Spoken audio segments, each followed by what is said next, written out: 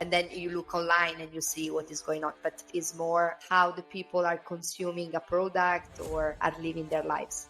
If you work with a global team and you are involved in global project, the fact of going there to spend time to try to understand what is going on in real life is definitely mandatory, because otherwise you have just one part of the picture. No, consumption is really changing a lot, and there are a lot of fantastic trends of local brands.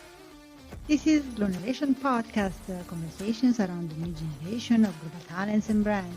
Ciao, I'm your host, Simona Lodoro. Every 2 weeks, together with an international guest, we embark on a journey to explore what it means to be a leader in today's ever-connected and constantly evolving world.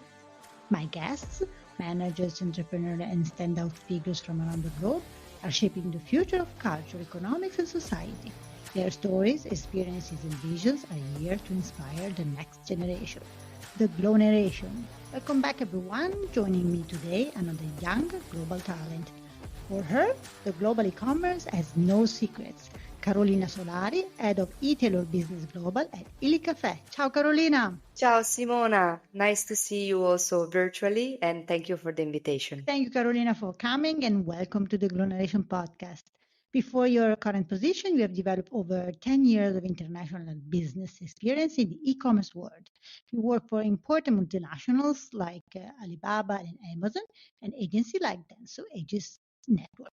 I'm so intrigued by the definition you picked as a self-introduction. Born in Italy, assembled in China. This is so creative. What's behind this? So the reason of the sentence is because I studied Chinese culture and language. Therefore, I had the opportunity to travel to China since I was quite young in the first years of university, and to shape also my personality and my first experience in China. So I'm 100% Italian blood. But thanks to the study experiences and also the people that I met in China, I feel that part of myself has been assembled between Shanghai and other cities around China. That's so creative, really. But tell me a little bit more about your beginning, your Sure. Italian beginnings, and when and how you decided to, go to China. After high school, so before university, because I literally love Chinese food. So the roots of the reason are not so serious, I have to say. Valid, but not so serious. And then when I decided to start this opportunity and this study period, joking apart and food apart, I started to notice that in Italy, around Venice, and I'm from Padova, so in the northeast of Italy, it was full of Chinese residents and Chinese tourists. So I decided to start understanding more the culture, and Venice University is a very good university in Italy, together with Naples, so it was also perfect in terms of logistic. So I studied at Caffè University for 5 years. But in the meanwhile, I went to China several times. I also wrote my thesis degree in Taipei, actually not mainland China, but Taipei. And I had a fantastic opportunity to do also some period of studies, of course, abroad there, and to understand if that was something that I really wanted for myself. I was a little bit scared at the beginning because you know very well, Chinese culture is very different from Italian culture, and can be very chaotic also, the impact of living there, and the full experience can be very strong. But at the end of the day, either you love it or you hate it, and I loved it. So after I decided to continue my path to China, I continued in this direction. But did you have anyone saying, what are you doing? Are you sure about this choice? Did you have any obstacle from family, friends? I have to say that I was super lucky. I didn't have. My sister also used to live in London, so my parents were kind of, let's say, accepting the fact that both the daughters were living abroad. And of course, deciding to study Chinese was including the fact of going to China.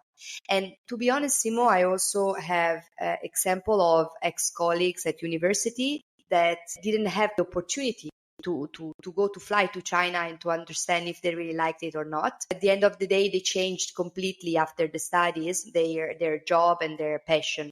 I feel lucky to have had the opportunity to go there since the first years and to understand on my own skin, because one thing is to study a language. Another one is to marry the culture and find your place in such a busy and crowded country. Just a little crowded. Just a little crowded. The human reaction to it is very important. So I'm very glad to have such a family and the opportunity to experience it. It's absolutely unique, I have to say. Apart from living there, when did you start to think, okay, I like China, I've lived there, I've studied there, now I want to start working here, so I want to start my career? Basically, after the university, I decided to fly to London, because in London there is a very good university, SOAS University, for the African and Asian studies, with the idea of enrolling in a master course. But then when I arrived in London, I realized that the courses proposed were a little bit too specific for me. At the end, I decided to study Chinese, but without doing any master.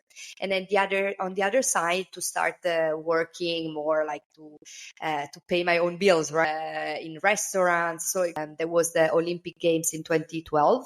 So I did some working experience there. And because I love food, on Saturday morning, I was managing at a Broadway market a little stand for fresh pasta. The funny thing is that during that time, I met my ex-boyfriend in London, and he was the one telling me, but Carolina, you speak Chinese, you have a strong experience, studying experience in China. Why are you living in London selling pasta? He was right. We decided to move together to Shanghai in 2012, just the tourist visa, just the two of us.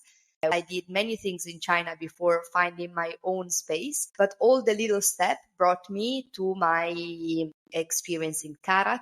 Before that, I was working for a wine company that was distributing wine in HoReCa business, restaurant, and so on. I had my career step by step in a total unusual way. I was younger and quite brave. 2012 was absolutely the right thing to do. I think the big marriage was when you stepped for a huge company, because you were there in the year of the e-commerce boom. Was that moment when you realized that I want a global career? It's true. In 2015-ish, the cross-border business online in China started to boom, allowing a lot of international brands to enter China in a much easier way, so without any constriction in terms of legal entity or like high spending fees. In that moment, I had the opportunity to join Alibaba Group and to find a true link between my Italianity, because I was helping Italian brand to go to China, and my Chinese little DNA. Probably that was the moment in which I realized I can become global. I didn't have this ambition before, but little by little in my own very self-made career, I made this choice. Definitely when I had the opportunity of joining Alibaba team in Italy, that was what I wanted to do. So to have an international position and to combine the two nature and personality of the Italian side and the Chinese side. Culturally speaking, something a little bit more spicy. Do you think Italian or European or Asian, Chinese are more open, because you were handling Italian clients in China, but also you were doing the same when you moved back to Milan for the same company, Alibaba. So which one of the culture was the most open? I would say both of them for different reasons. The Chinese can be a little bit more open than Italian mentality. What concerns sometimes the speed of the business. There is an opportunity out there. If you sell it in the right way, the Chinese are super eager to make it happen today or yesterday, not tomorrow. Italians on the other side are more like, let's see, let's consider this, consider that. And by the time they decide, the Chinese already moved page and are in the next step. About your biggest professional and personal struggle along your path? I think trying to find the way to adapt myself in such a chaotic and dynamic world as China is, that changes constantly, finding a way to be productive with your own thinking, but in an environment that is constantly changing. China has a speed that I don't think any other place in the earth has. This requires a lot of adaptation, and to me, living there and from a personal and professional perspective, this has been the most challenging part. To be honest, even now that I keep working with China, still is the biggest struggle. One struggle working on the other side with Italian, for example. Is it the speed on the other side? Exactly. Is the fact of having everyone aligned before taking even a small decision, while on the other side, everything is very fast. So how to find the right rhythm is quite challenging. So somehow you struggle to get the Chinese paste, but then it became yours. Exactly. I think that this is exactly the point of, and the gift, I don't know if it is a gift or not, that China gave me. The fact of pretending to do everything well at the same time and to move on, to see some little thing done and then, okay, to focus on the next thing, or maybe to do many things at the same time, but still moving on, while not always is possible. Having worked with British, American, Italian, Chinese teams, clients, companies, the impact of culture, so cultural differences, are definitely something you master.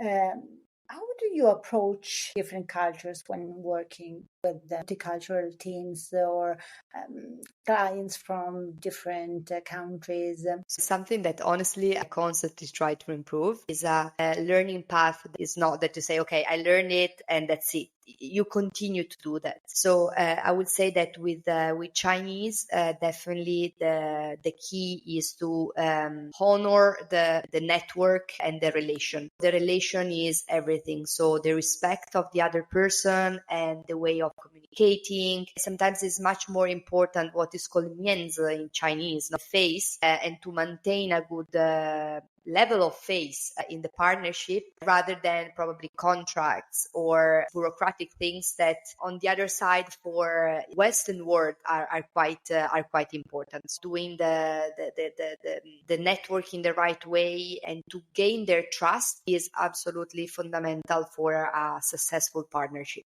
and also friendship and any kind of relation that you wanna build with them.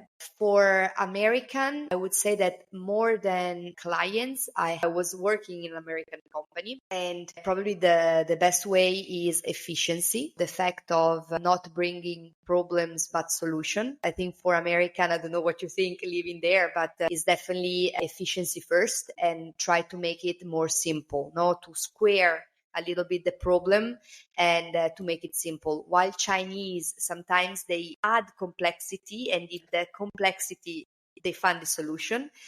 Working for an American company, I felt the opposite, trying to cluster all the different problems, try to summarize it and to simplify it. So these are the two biggest, let's say, lesson learned that I try also to apply when I speak with people from those nationalities. If I have to think about the new generation of global talents, which is the audience of Blue Narration, which suggestions do you have to adapt to different cultures?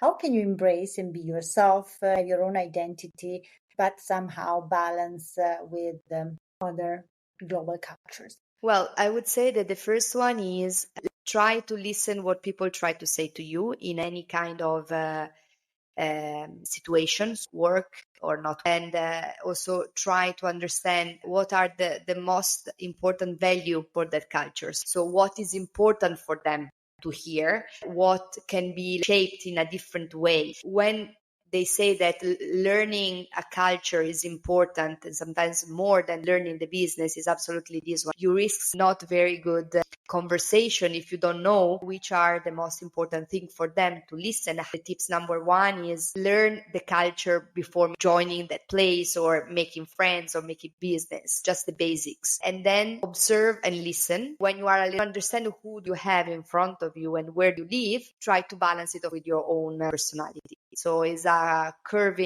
process. It's not something that you learn in one night. Do you have an example of some mistake, some failure in this process, in this communication, in this? For sure, there are so many, especially in China. Yes, one, that is something that I think is very common. The way of eating is very important also during business meeting, because usually the Chinese partner, colleagues, whatever, they bring guests out for dinner. So the fact of not eating food can be definitely a way that is not in the etiquette. Saying no to their offers to eat this or to eat that or to go out to make network. It happened to me at the beginning because I didn't want to drink or baijiu, that is their grappa, their very alcoholic drink. So I said no, but then my colleague stayed at that first meeting, and the next day he told me, Carolina, you made a mistake. You should have stayed, because then we closed the contract and we would talk about the partnership and we strengthened the collaboration doing that. So pay attention to the way they involve you and how to adapt to them. So that is a very stupid example, but it's important to know that in China, if you want to do business, you need to drink baijiu, definitely. You mentioned your colleague. Did you have any occasion when you felt that a colleague was particularly helpful in your cultural experience? I would say that in China, the colleague I work with, they knew how to help me to address the culture better and the Chinese way of working. Sometimes Chinese don't answer to your direct questions. You ask A and they don't answer, or they answer totally another thing. With the support of the colleagues, I learned how to read that way of replying. And I also understood that if a Chinese doesn't reply to your direct question, is because they don't want to reply to that direct question. They don't say no because it's not something polite. Instead, they decided not to answer, or they ignore you. I learned also thanks to colleagues that were helping me to better understand what they were trying to say to me, which was very different from my way of communication. For me, no is a no. In their case, that was not the same. Do you have a spicy memory that you remember you can share? I worked for Alibaba Italy for 6 years, and I used to go to China every 1.5 months. The spiciest memory that I have is back during the 20th anniversary of Alibaba Group. That was the 2018, if I'm not mistaken. Basically, the China team in Hangzhou organized the celebration of the 20th birthday. And I was part of the committee team. They basically hired a stadium in the city with the capacity of, I think there were like 300,000 people, something incredible. And I danced in front of 300,000 people, because all of the different employees from all over the world could have a role in this party celebration. I offered myself to be part of it. So together with other colleagues from all over the world, we danced on the stage in front of so many people. So I felt like Bon Jovi in that moment, because to be honest, being in a stadium and doing some performance was something incredible on the other side of the world. In that moment, I cannot express the atmosphere around us and the mood, the hype.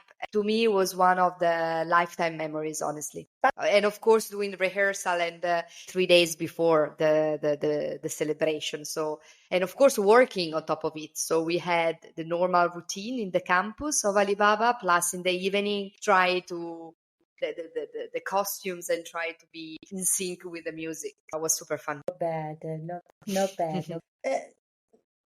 If you can tell me 3 traits of your characters that depend on these global choices they made. So you were in a way when you left, when you started your global career, and things, your character changed completely? So I became much more ambitious than before. The fact of looking every time for new adventure and new way to prove that I can face new level of complexity in the business. Since I started the global career, definitely more ambitious. Number one. Number two, probably more patient. I'm not a patient person at all, but I'm learning how to be more open to merge different point of view, different way of thinking. Especially now in my position, I feel that I became more patient and more mature. The third one is I like to embrace change, new changes, and more I experience the change and more I feel open to them also in the future. So I'm adapting to new challenges more than before, and definitely these kind of experiences really shaped my personality in this way. Is there a moment when you say, no, I'm feeling tired?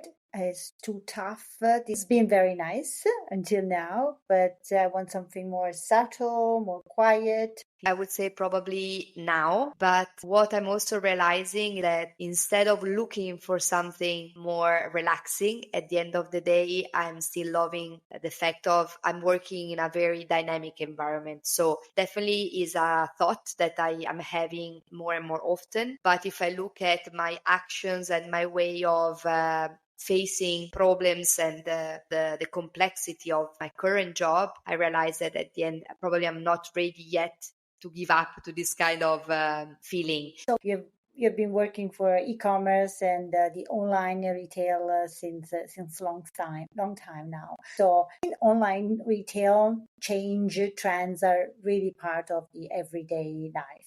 How do you keep up? Because especially when now you have a global position as in the e-tail business, so you have many different countries to handle. How do you keep up with all the trends? First of all, I'm very glad and happy to have a local team that we collaborate with, also from HQ. We do have a very good relation with our counterpart. Thanks to them, we keep up with all the new category trends, news, where the business go, which are the projection for the next year, and where we have space to grow, where on the other side, we are already quite mature. We definitely work super well with the platforms we work with. This is more for Amazon, and on the other side, because I came from Amazon advertising, I feel that I can understand a little bit better the trends more on ADV within the Amazon ecosystem. So in that sense is a bit self-learning plus the support of our agency, of the platform, of the team, and so on. Regarding China, that I would say is the most changing and also exciting country. There we do have also a local team that share with us the latest news. I had the fortune also to and the luck to go to China quite often in this year. So to look at the market with my own eyes, to read, of course, is important, but on the other side, to keep experiencing what coffee means in China. So a mix even there between let's say platform reading, adding of course the experience there. The market trends also shared by our local colleagues.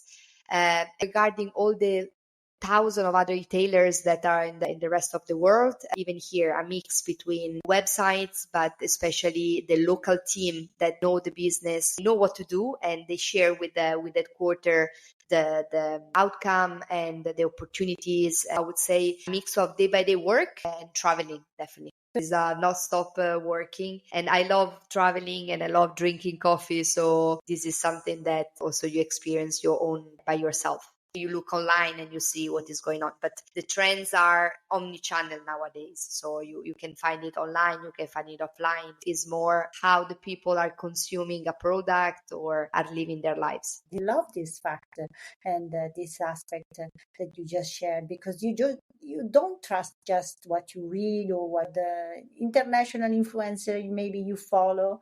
You go and experience yourself the trend. You trust the team, which is totally fine, but you also go and experience yourself together with them, maybe.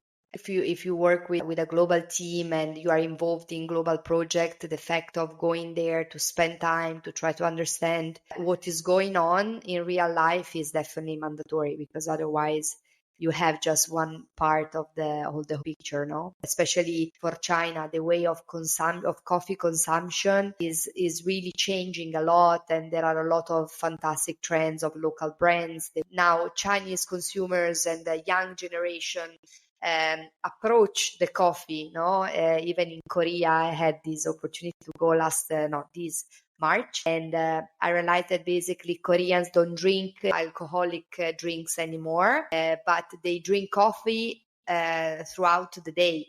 Even at 6 p.m., which in Italy usually you drink spritz, there you drink cold coffee, cold Americano. Doesn't matter the age or the lifestyle. This is something that people do. That was super inspiring to me, to understand coffee everywhere in the world. You do a very nice job. Is there something that you haven't done in this digital world you would like to do? Very good question. Well, first of all, doing something by myself. So to launch a business by myself using my knowledge of e-com, and so putting myself in that entrepreneur position. This is something I would consider for the future. In the meanwhile, this is something that I'm trying to do, especially for the next year, to bring the brand I'm working with to the next level in terms of presence online in e-tailer, also to increase the business, including the most important relevant platforms. As it is, to continue the business in a healthy way, more and more the future, to gather all the information and do my own business case. Is there something that you hate of e-commerce or the digital world? Well, it's not that I hate, but it's funny to say that I'm more a retail person than e-commerce sometimes. The fact of buying, especially grocery, online is something that is quite far from my way of living. It's not that I hate, but I don't think that online is really replacing the act of buying things in the real world. I'm still a bit traditional in this way. That's also very curious. Is it because of the cultural aspect? Probably. Also the human touch. If I buy vegetable or fruit, I like to go to the market, to see people, to have the products in front of me. Online, I think it's fantastic in terms of convenience, especially if we look at Amazon and other retailers. Definitely they did a fantastic job of in introducing a very easy way to do shopping. On the other side, I still think that certain thing of to me will continue to be done offline in the real world. I value the offline business very much. I also think that more and more, the approach of omnichannel to link the different channels is definitely not only the present but the future. Be connected with a brand in many different ways, experience it offline, but have also the convenience to buy it online. I agree with you, and that either we will need to work on digital experiences, so to make the experience not just a shopping experience, but something more.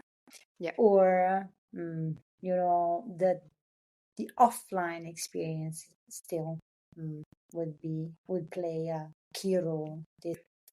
A couple of things that I made as a signature of Glow Narration. The first one is, let's think about Glow Narration Masterclass. So we are talking about teaching the new generation of global talents to build global brands.